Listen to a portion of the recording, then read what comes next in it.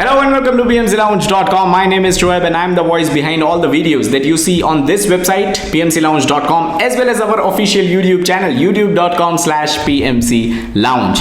If it is your first time here, we are all about PMP and project management. So consider subscribing to the YouTube channel if you want more such free content. PMC stands for Project Management Certifications. Now, in this video, I'm taking up all the questions that I have received so far on the topic of PMP Application Audit. So first of all, if you don't already know, when you submit your PMP application form, it can be selected by PMI for an audit. Now, many experts say that about 5 to 10% of PMP aspirants are randomly selected for this audit. This audit is to verify the candidate's eligibility. And if you are wondering what is the PMP eligibility criteria, we have already done a video on this and I will link to it in the description below so you can check that out. Right now, back to this random audit.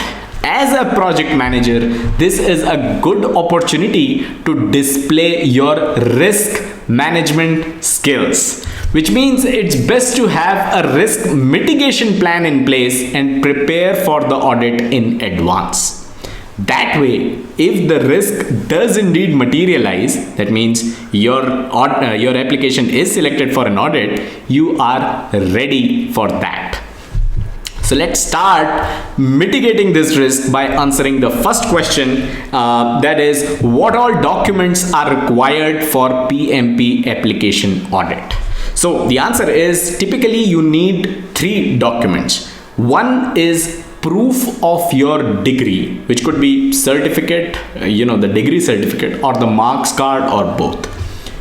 Document number 2 is the proof of 35 hours,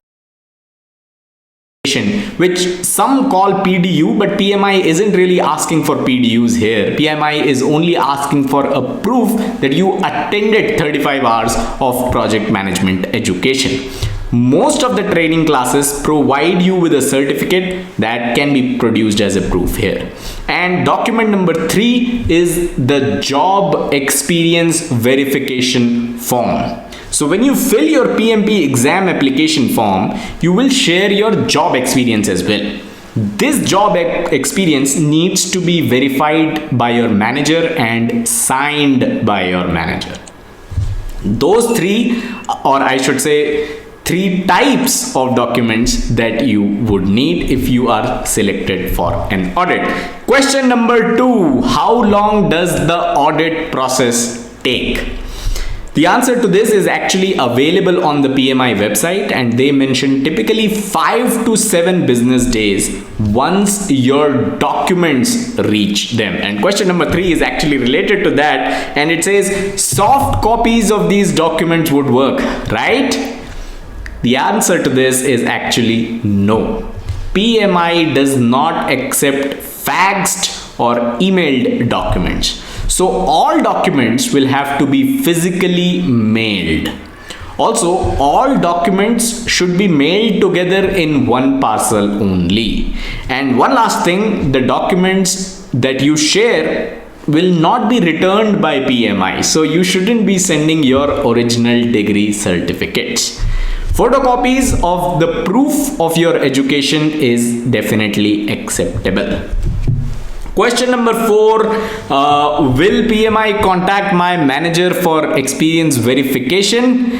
The answer to that is yes, it is possible, although that does not happen in 100% of the cases, but it definitely is possible. And finally, the last question, question number 5, what if I fail the audit? So PMI actually does not mention anything about this on their website. I was trying to look for the answer. But what it does say, what the PMI website does say about this is that further actions will be taken on case-to-case basis. So that's all the PMI website says about someone failing the PMI audit. for the PMP application form, that is. So I hope this was clear. I hope I was able to answer your most asked questions on the PMP application audit. I hope you liked the video. Smash that like button and let me know. Subscribe to the channel and hit the bell icon to stay notified whenever we upload new content. Also, don't forget to check out the website pmclounge.com, your #1 free PMP resource. Thank you and have a nice day.